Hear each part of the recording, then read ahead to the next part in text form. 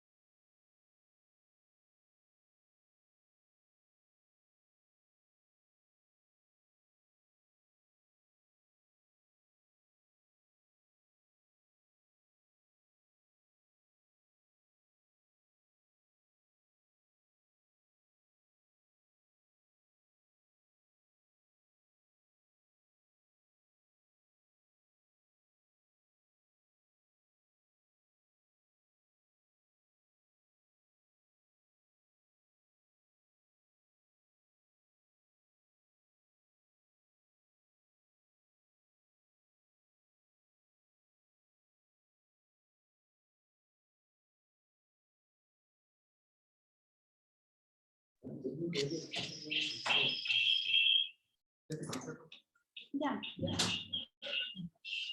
¿Ya me escuchó? Sí, ya. Ahí voy, ¿eh?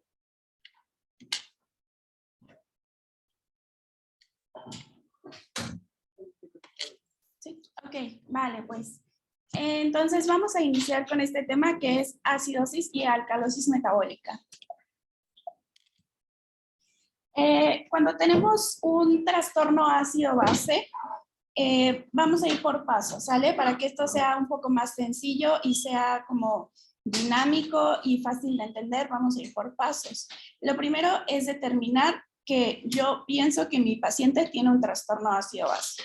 ¿Por qué? Pues porque mi paciente puede estar respirando muy rápido y estar barriendo CO2, entonces yo pienso que puede estar cayendo en una alcalosis respiratoria, mi paciente puede estar chocado, mi paciente puede estar con una dosis muy elevada de diuréticos, toda la clínica en un paciente que me indique que el trastorno ácido-base está alterado, bueno, que existe un trastorno ácido-base, tengo que tomarle una gasometría.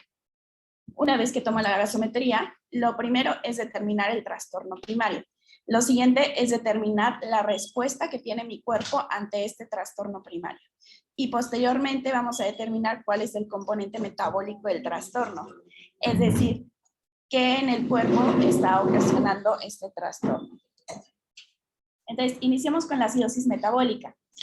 Dentro de este, déjenme ver si puedo mover más esto. Porque... ya, ahí, ok. Aquí tenemos esta tablita. Generalmente cuando vamos a la universidad nos dicen que el pH normal es de 7.35 a 7.45, ¿no? Y que y los valores de bicarbonato la verdad es que varían dependiendo del laboratorio. Entonces es muy importante que tengamos en cuenta cuáles son los límites que establece el laboratorio de este hospital para saber si en realidad nos encontramos en rango o no.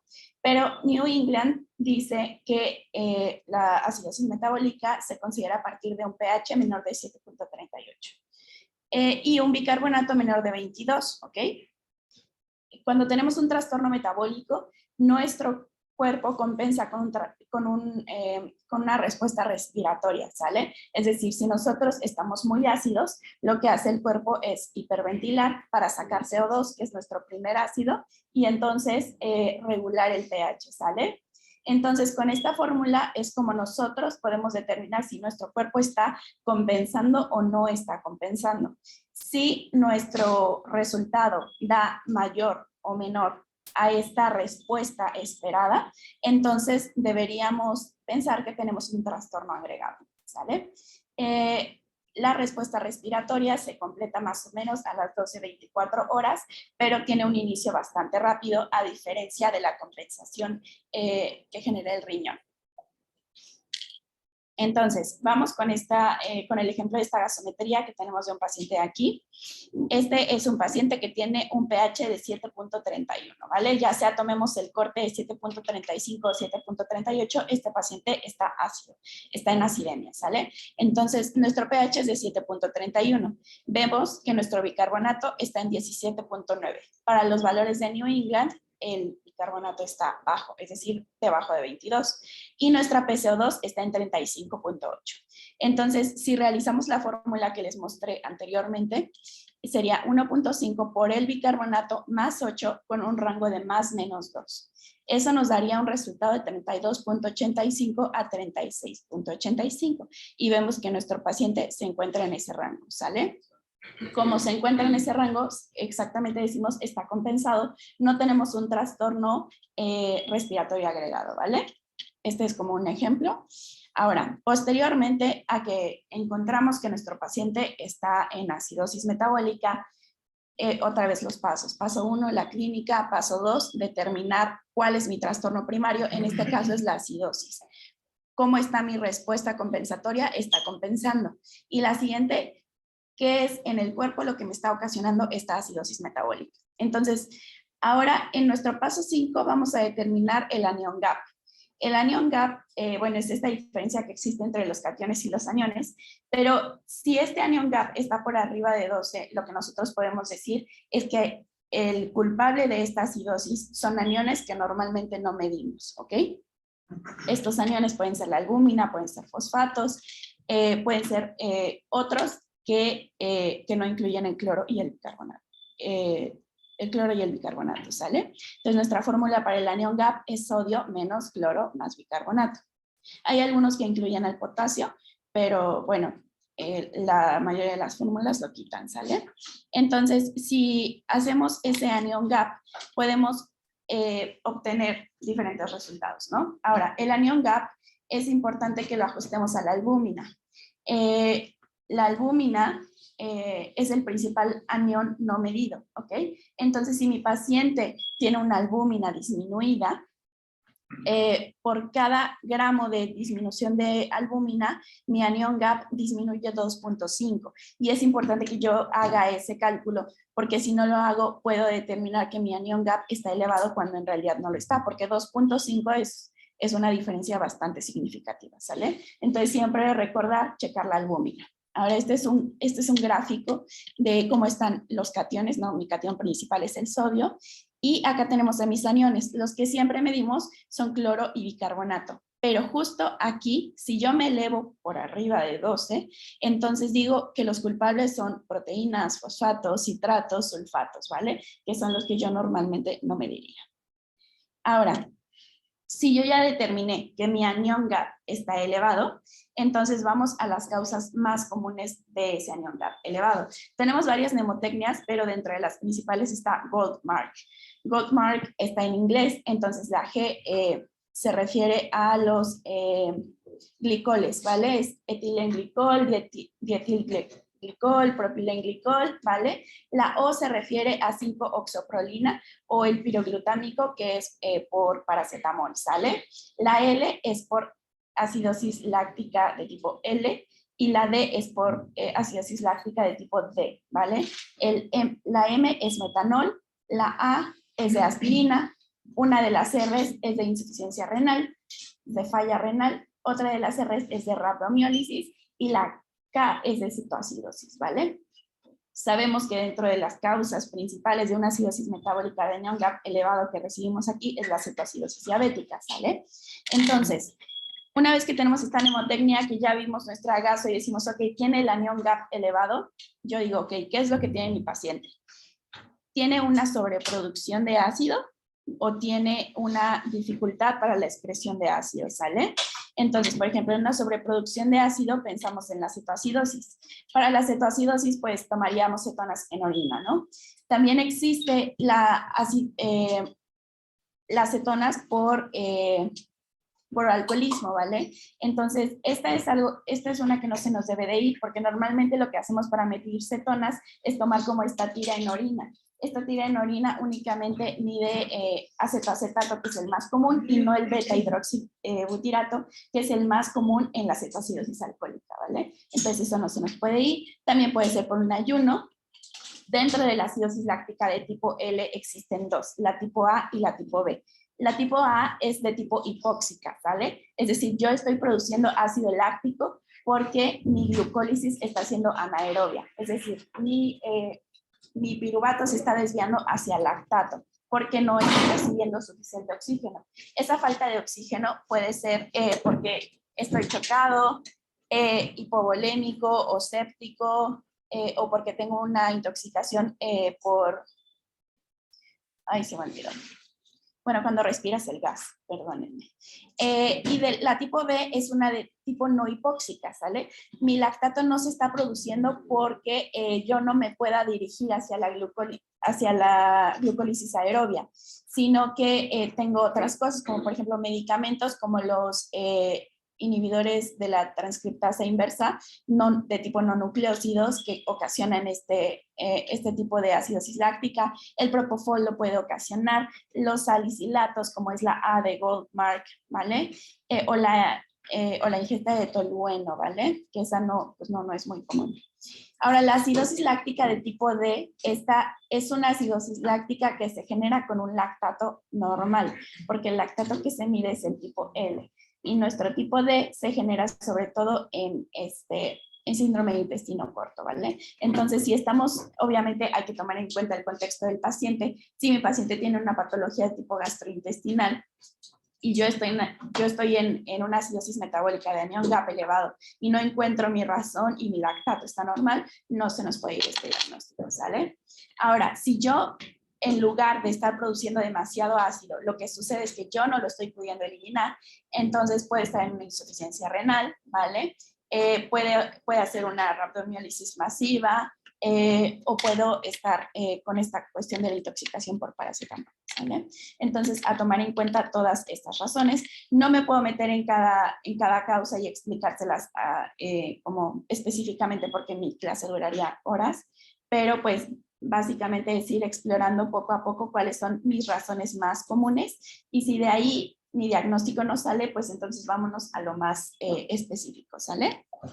Luego, si mi anión GAP está elevado, yo puedo determinar mi anión, que diga mi GAP osmolar, ¿sale? Este GAP osmolar me ayuda a identificar si este anión GAP elevado está ocasionado por los glicoles o si, por ejemplo, está ocasionado por el ácido piroglutámico. Entonces, esta fórmula es mi osmolaridad medida menos la osmolaridad calculada. Si se dan cuenta, dentro del agaso viene la osmolaridad medida, ¿sale?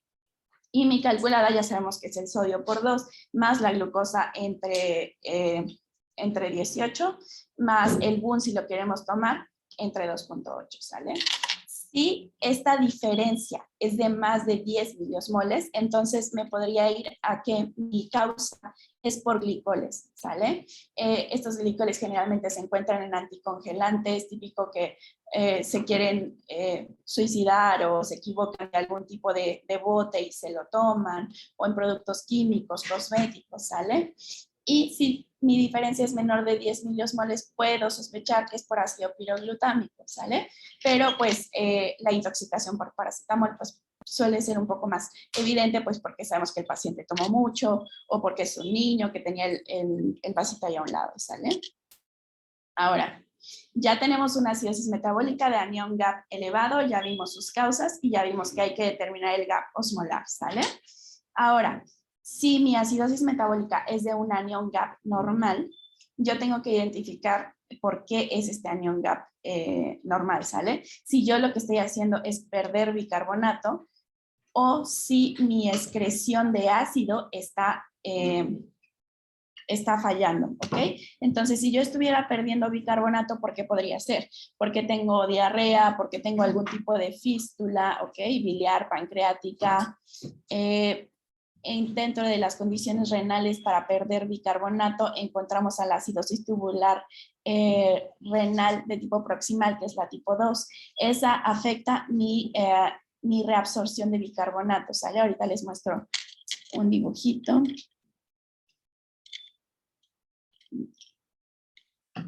Entonces, aquí aquí se afecta esta reabsorción de bicarbonato. Sabemos que, como nos presentó Fer, el 80% más o menos del bicarbonato se absorbe en esta región. Entonces, si está fallando si está fallando este proceso en el que el bicarbonato se divide en agua y en CO2, entonces no se absorbe y entonces pasa al resto del túbulo, ¿sale? Esa es la acidosis renal tubular de tipo 2.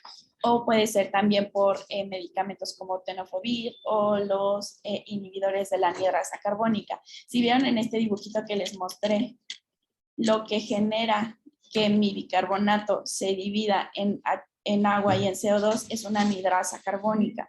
Entonces, si yo la estoy inhibiendo con una acetazolamida, por ejemplo, entonces este bicarbonato pasa al resto del túbulo, se elimina y entonces estoy perdiendo bicarbonato y estoy ácido, ¿sale? En el caso de que mi excreción renal esté fallando, podemos pensar en una acidosis tubular renal de tipo 1 o en una acidosis tubular renal de tipo 4, ¿ok? Estas, en mi acidosis tubular renal de tipo, perdónenme. En esta acidosis tubular, déjenme, ok, en esta acidosis tubular de tipo 1, lo que sucede es que está afectada esta ATPasa, me parece que es ATPasa 5, por eso es la V. Entonces, esta está afectada. Lo que sucede es que este hidrogenión no se elimina hacia el lumen y este hidrogenión lo que haría sería mezclarse con el amoníaco para que se elimine el ácido en forma de amonio. Entonces, si esta ATPasa no está funcionando bombeando el ácido hacia el lumen, entonces no estoy eliminando ácido y me estoy quedando acidótico, ¿sale? Y dentro de la acidosis tubular renal de tipo 4, lo que sucede es que está alterado mi reacción hacia la aldosterona, ¿ok? Entonces, hago perdónenme, es que ya no puedo mover esto.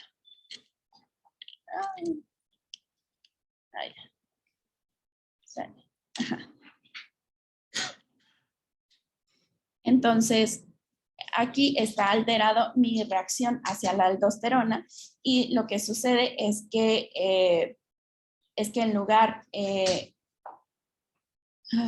perdonen, es que me mezclo entre tanta cosa renal. Ok, entonces tengo un hipoaldosteronismo, entonces eso significa que yo no estoy pudiendo meter, yo no estoy pudiendo meter el sodio y entonces estoy eliminando muchos hidrogeniones y eso me hace acidótico, ¿sale? Esas acidosis de tipo, tubular renal son muy comunes en los niños, ¿no? Pero también lo pueden ocasionar en los adultos, por ejemplo, la anfotericina.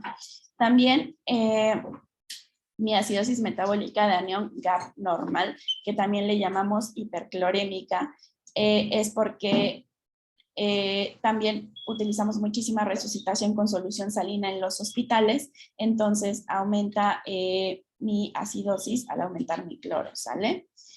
También puede ser por otras cosas como ácido sulfúrico, o sea, son cosas muy específicas, pero que sepamos que si mi anión GAP está normal, yo tengo que identificar, ¿estoy perdiendo bicarbonato o no estoy excretando bien mi ácido? Y de ahí me desvío, ¿ok?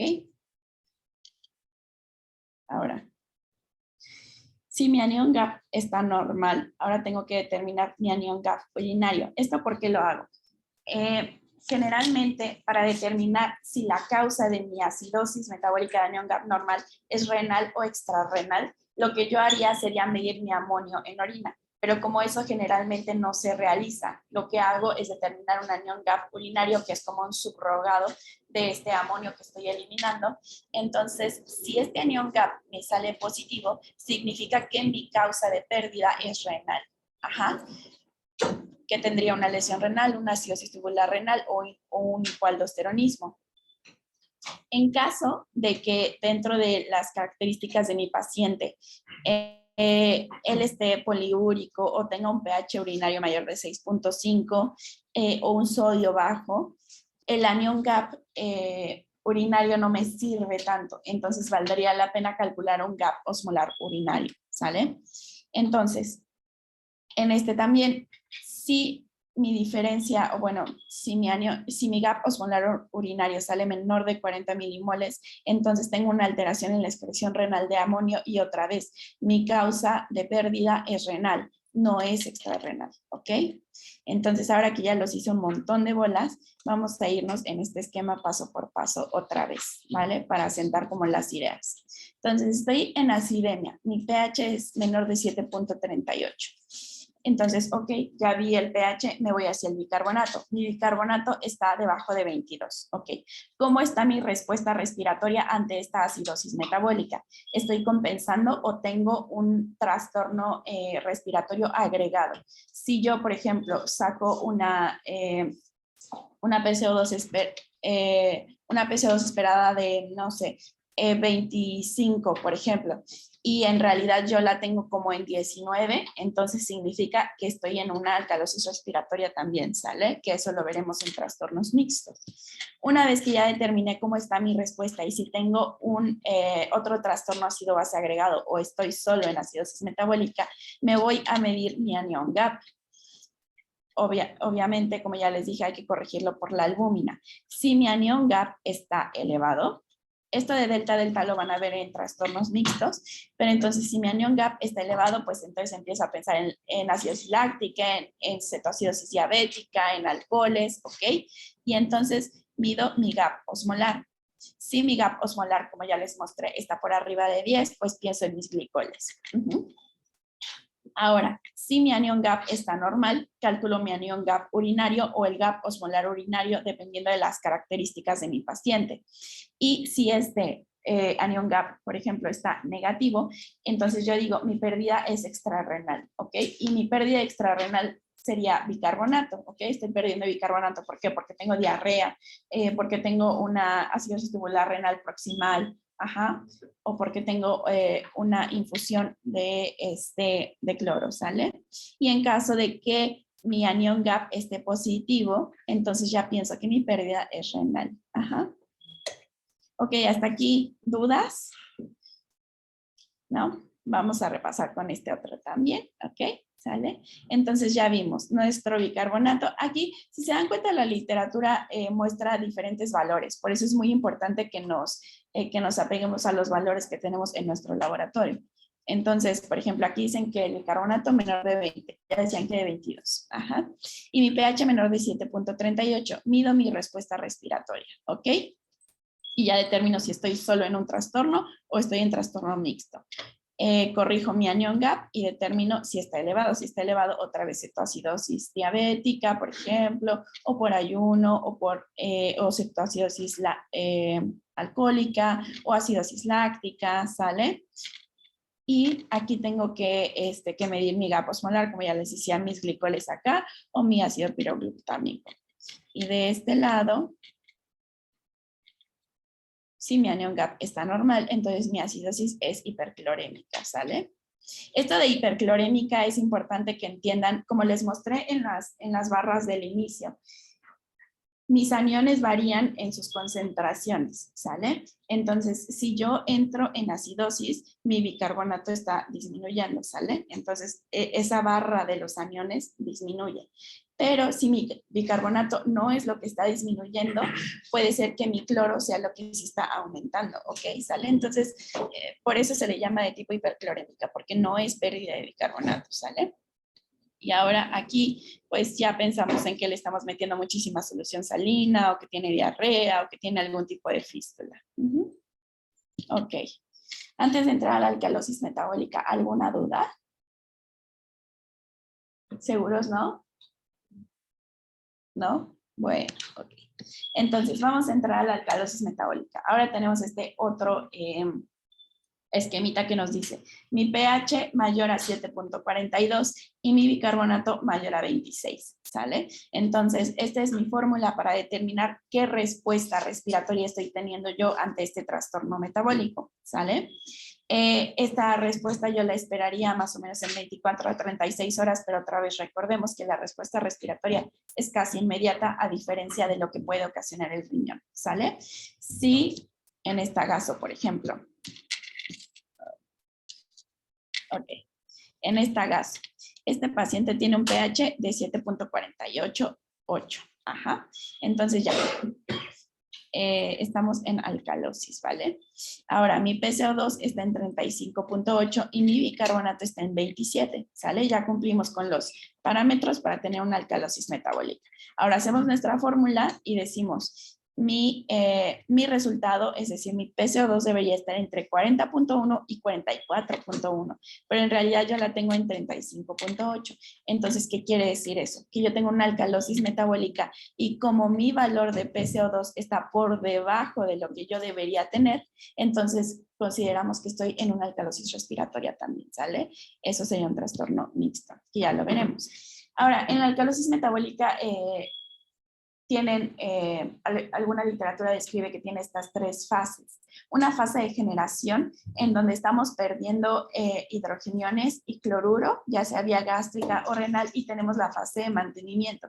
Esta fase de mantenimiento es porque yo ya no estoy perdiendo ácido, pero esa alcalosis está permaneciendo por alguna razón, ¿ok? Y aquí es muy importante determinar si mi paciente está en un estado de depresión de volumen o tiene un volumen incrementado, ¿ok? Ahorita van a ver por qué. Y luego tenemos la fase de recuperación, si es que nosotros lo logramos sacar de ahí o el paciente se logra sacar solo, ¿vale? Ahora, las etiologías de la alcalosis metabólica pues son múltiples, ¿no? Mi alcalosis metabólica significa que yo estoy básico, ¿ok? Es decir, estoy perdiendo ácido.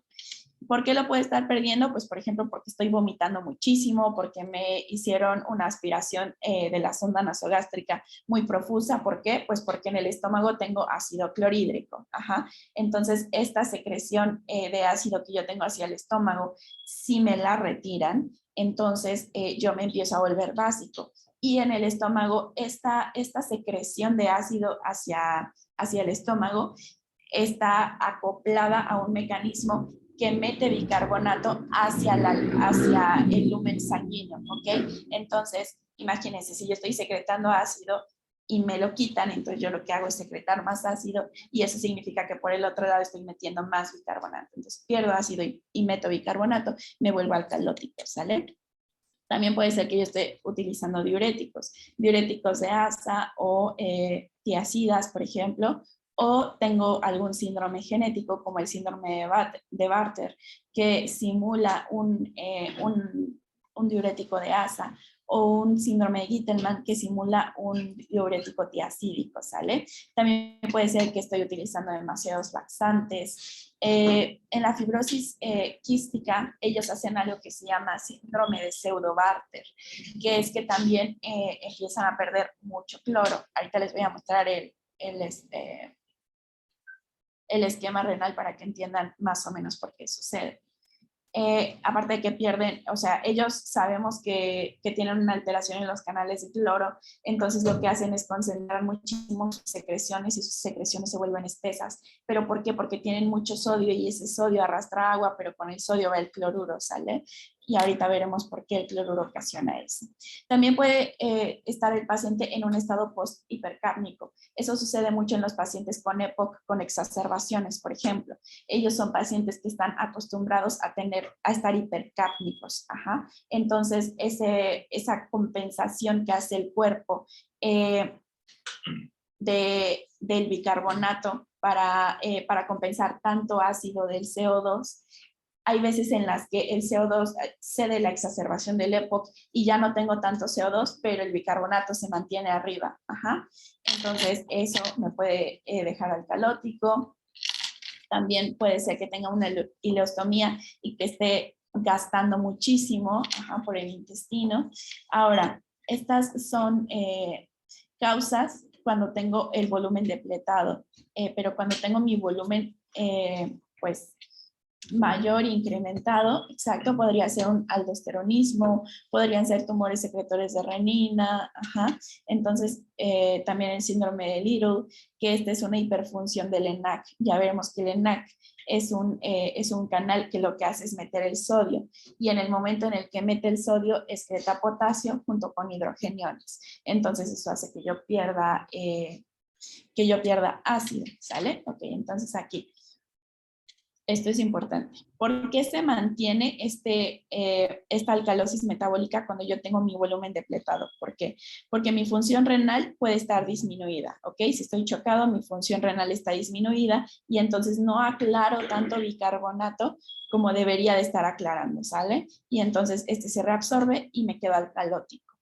En la hipocloremia tenemos este canal que es la pendrina, ¿ok? Cuando yo tengo mi cloro depletado, como les mencionaba que sucede en la fibrosis quística, o cuando yo pierdo cloro mediante el ácido clorhídrico, esta pendrina es un transportador que lo que hace es detectar el cloro que va en el lumen del túbulo y ese cloro lo mete y saca bicarbonato, ¿sale? Si yo no tengo suficiente cloro en ese lumen, entonces la pendrina no tiene con qué funcionar y entonces no saca bicarbonato y me estoy quedando alcalótico, ¿sale? Acá en el hiperaldosteronismo, aparte de que la angiotensina 2 tiene un mecanismo por el cual aumenta la secreción de hidrogeniones hacia el lumen, también es que se active el sistema renina-angiotensina-aldosterona, genera que yo sienta que estoy perdiendo volumen, entonces que yo sienta o que en realidad estoy perdiendo volumen, entonces mete otra vez el sodio, pierde potasio y pierde hidrogeniones, que es en este esquema de aquí, ¿sale? Entra el sodio por el ENaC, que es lo que les mencionaba, el síndrome de Little, y sale el potasio. Aquí no muestran que sale el hidrogenión, pero también se bombea junto con el potasio, ¿sale? La hipocalemia es súper importante porque la hipocalemia tiene múltiples maneras de generar que esta alcalosis perdure, ¿ok? Primero, aumenta la función de las células A intercaladas. Estas células que están en el túbulo colector, lo que hacen es sacar hidrogeniones y meter potasio, ¿sale? Entonces, si yo no estoy funcionando bien en las células intercaladas, no estoy sacando hidrogeniones. Que diga, estoy sacando muchos hidrogeniones. Lo que hace es aumentar esta función. Y luego disminuye la función de la pendrina, que es la que metiendo cloro sacaría bicarbonato, ¿vale? Entre otras. Entonces, también es muy importante en el contexto de un paciente alcalótico determinar cuál es su potasio y si requiere una reposición de potasio que nos ayudaría a que esta hipocalemia no siga como presionando estos mecanismos que mantienen la alcalosis, ¿vale? Y mi PCO2 elevada. Al principio, pues lo que hace es compensar, ¿no? Estoy alcalótico, entonces se eleva para que haya más ácido, pero luego, como se eleva tanto, lo que genera es que se reabsorba más bicarbonato porque dicen, no, ya nos estamos yendo hacia el otro lado y estamos acidóticos, ¿no? Entonces es como un círculo vicioso y nosotros tenemos que saber cómo intervenir en ese círculo vicioso, ¿sale? Eso es cómo se mantiene una alcalosis metabólica en un volumen depletado, ¿sale? Ahora, cuando tengo un incremento de volumen, ¿qué sucede? Esto generalmente es por una acción elevada de los glucocorticoides y de los mineralocorticoides. Entonces, están muy activos y lo que hacen es aumentar el sistema renina-angiotensina-aldosterona. Como hacen esto y reabsorben sodio, entonces jalan agua y tengo un aumento de ese volumen. Pero como están jalando tanta agua, entonces estoy sacando más potasio e hidrogeniones al lumen, ¿ok? Y eso es lo que genera que mi electronegatividad en el último, o sea, háganme cuenta, viene el túbulo, ¿sale? Entonces, yo saco el sodio del túbulo, que es positivo, y lo que hago es meterle potasio e hidrogeniones, que son negativos. Entonces, aumento la electronegatividad en el túbulo y esto genera que yo siga perdiendo hidrogeniones, ¿sale? Y se suma al efecto como que perdura de la hipocalemia, ¿sale? Esas son las maneras en las que se genera. Ahora, en la alcalosis metabólica, una vez que ya determiné mi clínica, que ya determiné cuál es mi trastorno primario, que ya determiné cuál es mi respuesta respiratoria ante este trastorno primario y que ya más o menos sé mi causa, entonces lo que hago es determinar mi respuesta a cloruro, ¿sale? Lo que hago es medir mi cloro urinario. Aquí me llama mucho la atención que en muchos artículos tienen como esta zona gris de 25 a 40, ajá, algunos lo tienen como de 20 a 25, que es una zona en la que pues en realidad no sabes si tienes un volumen depletado o tienes una expansión de volumen, pero bueno, en ese momento habrá que considerarlo en el contexto del paciente. Pero se dice que si tienes un cloro urinario menor de 25 milimoles por litro, entonces mi alcalosis metabólica va a responder a cloruro. ¿Por qué? Porque si estoy eliminando poco cloro, significa que yo tengo poco cloro en sangre, ¿ok? Y si tengo poco cloro en sangre y yo le meto solución con cloro, entonces va a responder porque probablemente mi volumen está disminuido, ¿sale? Si yo estoy tirando mucho cloro, es porque el riñón ya se dio cuenta de que tengo un montón y ya no lo quiere, entonces lo tira, y eso significa que aunque yo le dé solución con cloro, este va a ser resistente porque tengo una expansión ya de volumen, ¿ok? Y posteriormente, si yo ya determiné que mi alcalosis metabólica es resistente a cloruro, es decir, que tengo un cloro urinario mayor de 40, tengo que medir mi potasio urinario, ¿ok? Si mi potasio urinario está mayor a 30 milimoles por día y soy hipertenso, o por lo menos estoy hipertenso en ese momento, tengo una aparente o un verdadero exceso de mineralocorticoides, ¿ok? Analicémoslo de esta manera. ¿Por qué yo tendría potasio elevado en orina? Porque alguien me está haciendo tirarlo. ¿Y qué es lo que generalmente me hace tirar el potasio? Que quiera meter sodio el cuerpo. ¿Y qué es lo que hace que el cuerpo quiera meter sodio? Que yo tenga un volumen depletado o que mi sistema renina-angiotensina-aldosterona esté muy elevado. Entonces, eso generalmente genera hipertensión y entonces decimos, ok, tengo un aparente o un verdadero exceso de mineralocorticoides. Pero si estoy tirando potasio y mi presión está normal o baja, entonces el culpable probablemente no sea el sistema renina-angiotensina-aldosterona. Probablemente sea que yo estoy perdiendo potasio, ya sea por diuréticos, por ejemplo, o que estoy simulando diuréticos con síndromes genéticos, ¿ok? Como el síndrome de Bartter simula un diurético de ASA, entonces lo que yo tendría en orina para hacer mi diferencial es que estoy tirando calcio, ¿sale? Porque recordemos que en los diuréticos de ASA pues perdemos todo, ¿no? Sodio, potasio, cloro, y también se pierde calcio. A diferencia de cuando yo doy tiacidas, pierdo sodio, pierdo cloro, pero gano calcio, ¿ok? Siempre tenemos como esa cuestión. Entonces, si yo ya tengo mi presión normal y tengo calciuria, entonces pues pienso que tengo un síndrome de Bartter. Pero si mi calcio urinario está bajo, pues entonces mi síndrome es de Gitelman, ¿sale? Ahora, si mi potasio urinario está elevado, que diga, está mayor de 20, perdón, aquí me equivoqué, es menor de 20.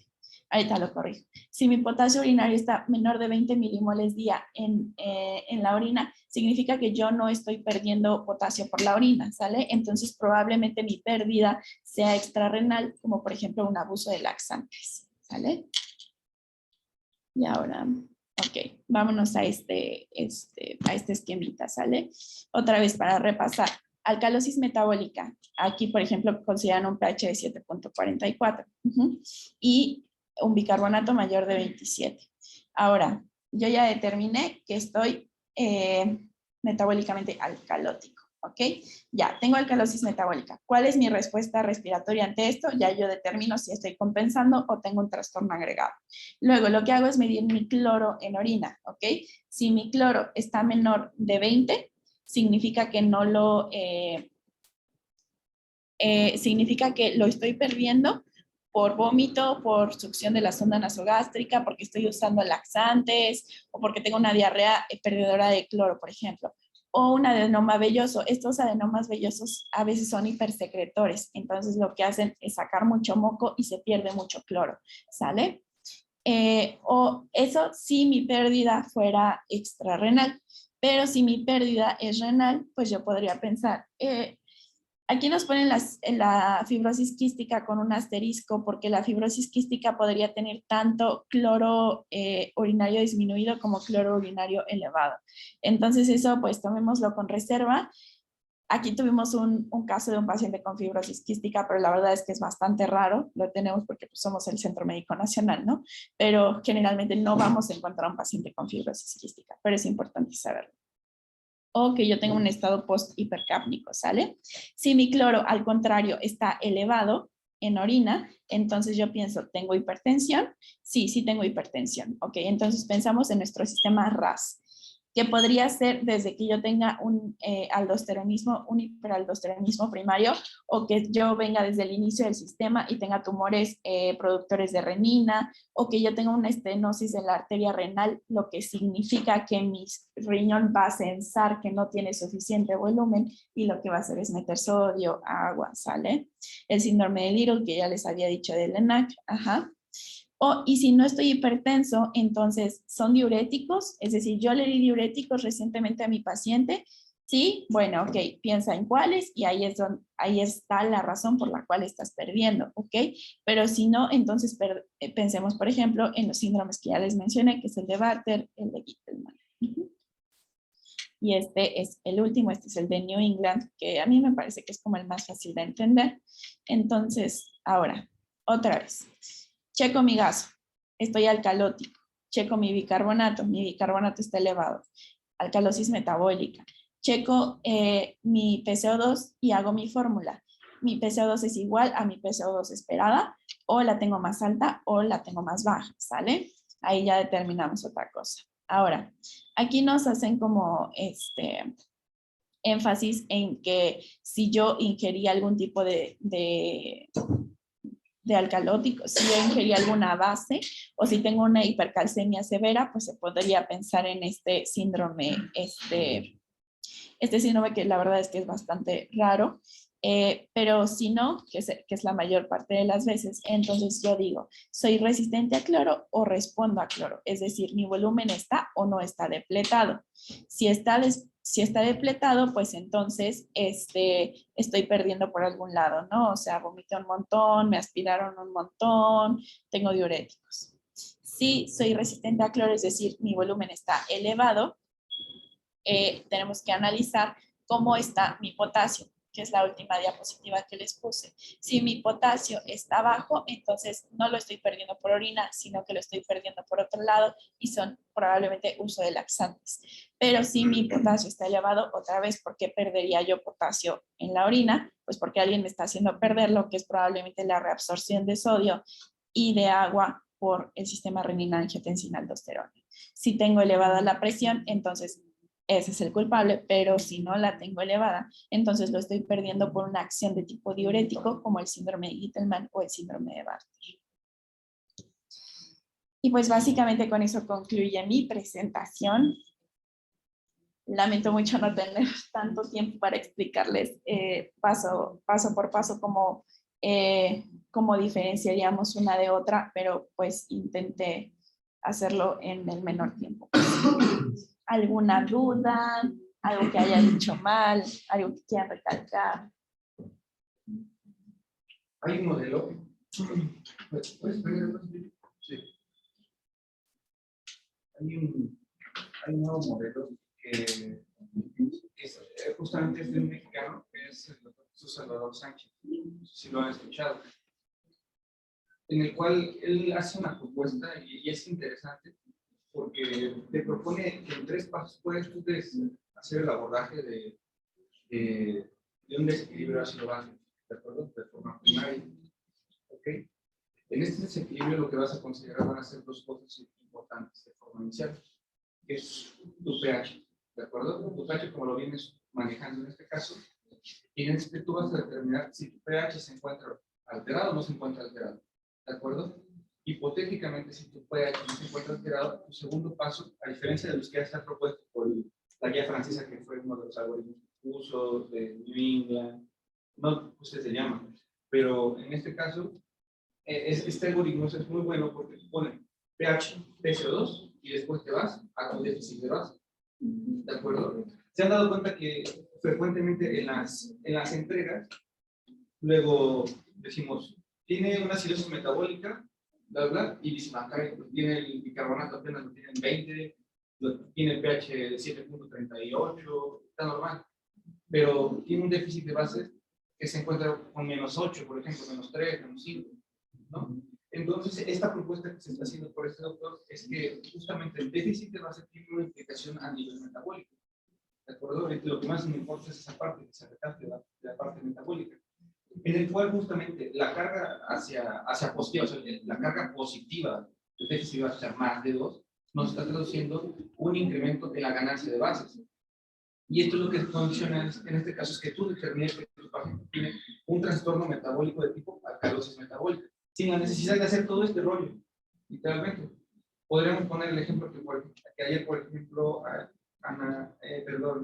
Adriana Andrea, me mandaba. ¿Podrías poner? Me parece es que hay temas que no tocaron específicamente, por ejemplo, el contenido total de CO2 y qué traducción tiene. ¿De acuerdo? Esto es algo que con el grupo de, la verdad, con el grupo de nefrología se ha trabajado bastante bien, porque nos han mostrado de una forma muy bonita. ¿De acuerdo? A ver si se alcanza a ver. Bueno, más o menos, ¿no? En este caso, tenemos nosotros esta gasometría, en la cual lo primero que vas a ver tú, ya no te vas inmediatamente, el algoritmo propuesto que decía aquí Betsy, era que te fuera literalmente por PCO2, bueno, pH, PCO2 y bicarbonato. El bicarbonato es una de las cosas que se nos van a afectar con esta propuesta del doctor Jesús, justamente al final. Lo que tenemos que hacer específicamente es hacer una valoración metabólica con tu déficit de base, ¿de acuerdo? En este caso tenemos un déficit de base normal, ¿de acuerdo? Pero en el hipotético caso, si nosotros tuviéramos un déficit de base por arriba de +2, nos estaría siendo una traducción que aunque tú tengas un pH normal, tu paciente ya tiene una ganancia, en este caso, de sustancias álcalis, es lo que nos están diciendo, o una traducción que está perdiendo hidrogeniones, cualquiera de las dos. No está haciendo el abordaje ya propiamente de la alcalosis metabólica. Solo te va a servir para identificar qué trastorno ácido-base tienes y lo identifiques y después de eso tú te irás hacia el abordaje que ya presentó Betsy. ¿De acuerdo? Ahora, tenemos... Me mandaste más gasometrías, ¿no? Esta gasometría. ¿De acuerdo? Muy diferente de la gasometría que tenemos aquí. Tenemos un pH 7.33, una PCO2 de 58, bueno, la PO2 ahorita no nos va a importar en este caso, con un bicarbonato de 30.9, pero un déficit de base de 4.5. Si tú, sin la necesidad de tener que hacer literalmente ninguna cuestión, te puedes ir inmediatamente. Tu pH, esa es la propuesta. Tu pH está acidótico. ¿De acuerdo? Después, ¿cómo está tu PCO2? Está alterado. ¿A nivel del mar o a nivel de la Ciudad de México, no? Ok, con 58 aquí se ve. Y después te vas tú inmediatamente a tu déficit de base. Tu déficit de base, la propuesta es, si lo tiene más de 2, se traduce en este caso que el paciente ya tiene un trastorno crónico. ¿De acuerdo? Porque ha logrado una compensación hacia lo que tú quieres, que sería, como es una acidosis respiratoria, tu traducción sería una alcalosis metabólica, por definición. Entonces, este paciente por lo menos tiene más de 48 horas que ha estado, era un paciente, miren, es un paciente ventilado, que estuvo bajo acidosis respiratoria durante más de 48 horas. Esa es la traducción que nos está dando este paciente. O lo tienen con diurético, no sé, ¿no? En ese momento. Y tú con esto simplemente ya puedes hacer un abordaje más sencillo de lo que tienes. Ahora, si tú tienes un pH normal, tienes un bicarbonato que aparentemente está normal, y tienes una PCO2 normal, pero tú tienes literalmente un déficit de base negativo, tú traduces que tu paciente ya tiene una pérdida justamente de las sustancias álcalis específicamente.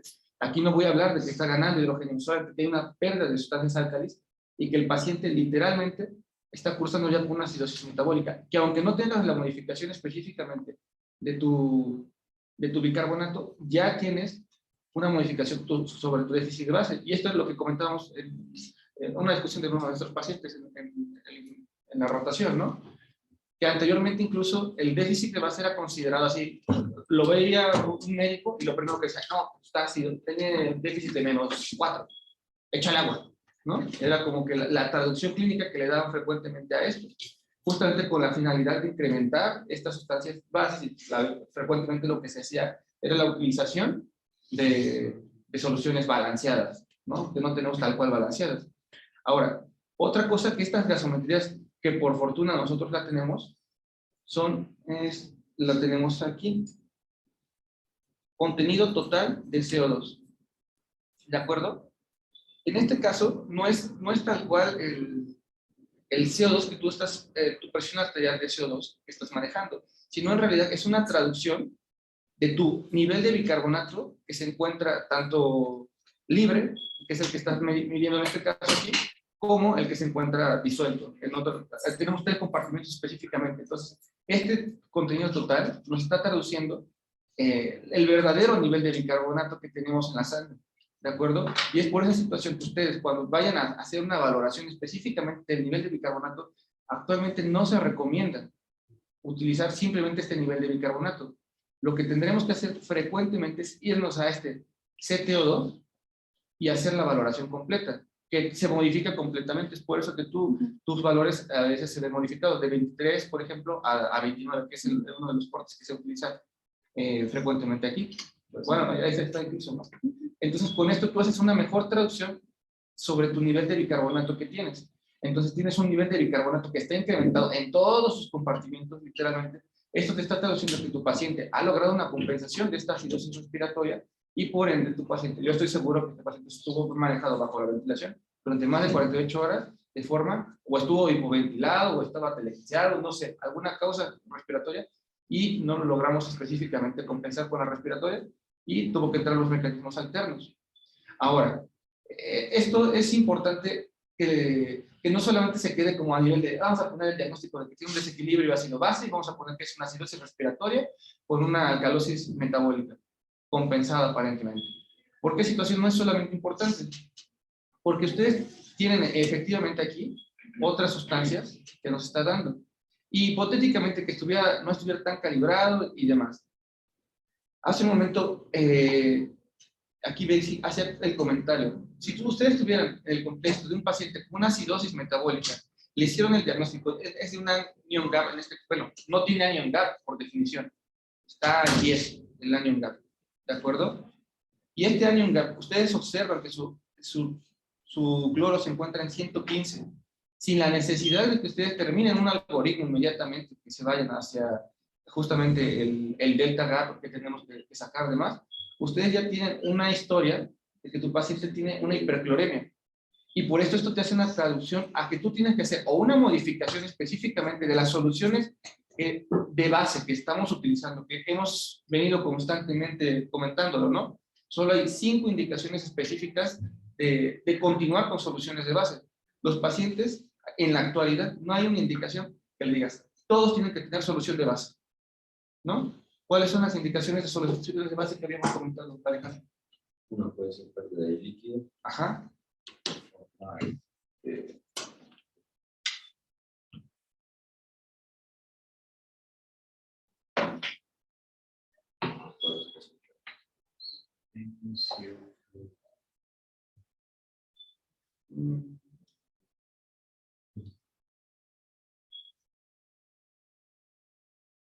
Aquí ustedes tienen las indicaciones específicamente para que puedan tener una vía conectada y completamente con líquidos, teniendo en consideración que actualmente los líquidos intravenosos es un medicamento, el más utilizado de todos los medicamentos, y que está literalmente, siempre creemos que está, deja de literalmente la solución, 40 mililitros por hora, es equivalente a 1 litro por día, es lo que requiere porque requiere 20, 25 mililitros por día, pero le estoy dejando una solución salina. Cuando mi paciente tiene una hipercloremia, como le estamos ahorita comentando, yo continúo con este trastorno ácido base, es un paciente que está en estado crítico y por lo tanto le descompenso toda la hemodinamia de mi paciente, literalmente toda la de genera disfunción renal, más frecuentemente en el desenlace que se ha visto. Ayer hablábamos del estudio Clovers, ¿no? En la tarde, cuando decías, ¿le paso una carga? No le paso una carga al paciente que está en choque séptico. Le pases o no le pases, aparentemente se mueren igual. ¿no? Solo los desenlaces renales son los que se ven afectados. Pero lo importante que hay que llevarnos ahorita son varias cositas. Estas son las indicaciones específicas para dejar soluciones de base, ¿de acuerdo? No hay más indicaciones. Lo que tendríamos que hacer ya frecuentemente es esto, esta situación de una situación de dejar a tus pacientes con balances negativos, mantener a tu paciente en un estado ácido-base de forma adecuada, y este es justamente su algoritmo que propone este doctor. ¿De acuerdo? Que es en este caso medición del pH, ustedes determinan si es normal o anormal, determinan cómo está su PCO2, normal, anormal, está muy sencillo en realidad, y determinan su base. Si está alterada, en este caso hay un trastorno que es metabólico, y es hacia donde ustedes se van. El trastorno, por ejemplo, tiene un +4 de déficit de base, ustedes hacen la traducción específicamente de que tu paciente tiene una alcalosis metabólica e inicias el abordaje de alcalosis metabólica, independientemente de que tu pH pueda estar normal. Porque esto es lo frecuente que nos pasa. Ven pH normales, PCO2 probablemente en ese momento normal, pero un déficit que se encuentra alterado y no continuamos un algoritmo. ¿De acuerdo? Ahora, lo propuesto justamente, por ejemplo, por la guía... es esto, ¿no? ¿Dónde es la guía francesa? Bueno, no la traigo aquí, pero... De la guía francesa, que ya lo comentó Betsy, es específicamente hacer un algoritmo diseñado y tener en cuenta esto, justamente, hacer siempre su corrección. Esto es la joya de este algoritmo nada más, que siempre hagan la corrección por la proteína, de acuerdo, por la albúmina. Aquí está solamente determinado porque la concentración que utilizan no es específicamente gramos por decilitro, es otra clase, por eso pueden 0.25 y yo una vez me confundí en realidad, pero tienen que hacer esta corrección para determinar en este caso si tu paciente en realidad tiene una acidosis metabólica de Anion-Gap amplio. Y la clase previa estábamos un poco equivocados en algo que se me pasó comentárselo específicamente. Si ustedes tienen un paciente con una acidosis metabólica de Anion-Gap incrementado, ustedes tienen la obligación, y lo dijo Fernando, pero solamente que el detalle que Fernando lo amplió para ambos tipos de acidosis metabólica. La utilización del delta-GAP o del delta-GAP, nada más, del delta-GAP, que es específicamente su nombre, ¿no? Para poder determinar si su paciente tiene en realidad un trastorno triple, o sea, si tiene una acidosis metabólica que está compensada desde Anion-Gap amplio, y esta a su vez tiene un estado de hipercloremia. No traigo ahorita la gasometría específicamente de este tipo de trastornos. ¿Y por qué situación? Porque tú tienes que hacer una intervención sobre la causa que te está generando el incremento del Anion-Gap, más el trastorno que tenga, si es hiperclorémica, por ejemplo, hacer una restricción específicamente sobre el cloro. Y es donde entra justamente la indicación de hacer el cambio de soluciones no balanceadas a soluciones balanceadas, ¿no? Nuestra balanceada, ya lo reitero, que es la Harvard en este caso, teniendo en consideración que la evidencia nos dice actualmente que no hay desenlaces peores, ¿de acuerdo? Aunque los utilicemos con soluciones balanceadas, pero sí a nivel renal, que es algo importante y que tiene impacto sobre la mortalidad de nuestros pacientes. Entonces, a grosso modo, sí me gustaría que se quedaran con esta parte del algoritmo, porque frecuentemente nos sucede que no identificamos trastornos y simplemente por decir que el pH está normal, la PCO2 está normal y ver que el bicarbonato está normal. Y que la otra cosa que se quede es que utilicen el bicarbonato que es pedido en la gasometría, utilicen lo que sería el bicarbonato venoso. Es lo que en cualquier hospital, por ejemplo, en nutrición, en el Ángeles o todos estos lugares, nos determinan, ¿no? Con el contenido total de CO2, que por definición es el contenido total de bicarbonato que tenemos en los diferentes compartimentos. ¿De acuerdo? Y con esto ustedes pueden hacer un mejor abordaje de lo que tenemos y enfocarse siempre en estos 3 puntos: pH, PCO2, el contenido total, y aparte de esto, el déficit de base, y sobre todo, determinen su cloro. Si su cloro está normal, déjenle caer si quiere solución salina. ¿De acuerdo? Si su cloro no está normal, empiecen a hacer una restricción y limitar el daño renal inducido por el cloro. ¿De acuerdo? Sí, justo la guía francesa menciona que, bueno, se basa como en preguntas, ¿no? La guía de, es mejor medir el déficit de base que basarnos en el bicarbonato, ¿no? Y pues ellos concluyen que sí, como para adelantarnos a lo que va a suceder, pero pues ya en un trastorno muy establecido, pues sí basarnos en el bicarbonato. Eso es algo que mencionan. Pero bueno, ¿alguna otra duda? Ah, pues ese es el cloro. Está bien. Ujú.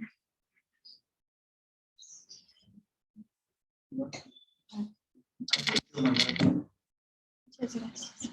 Muy bien. Los que van al curso, ya vayan. Sí. ¿Quiénes van hoy? Eh, ¿Ya?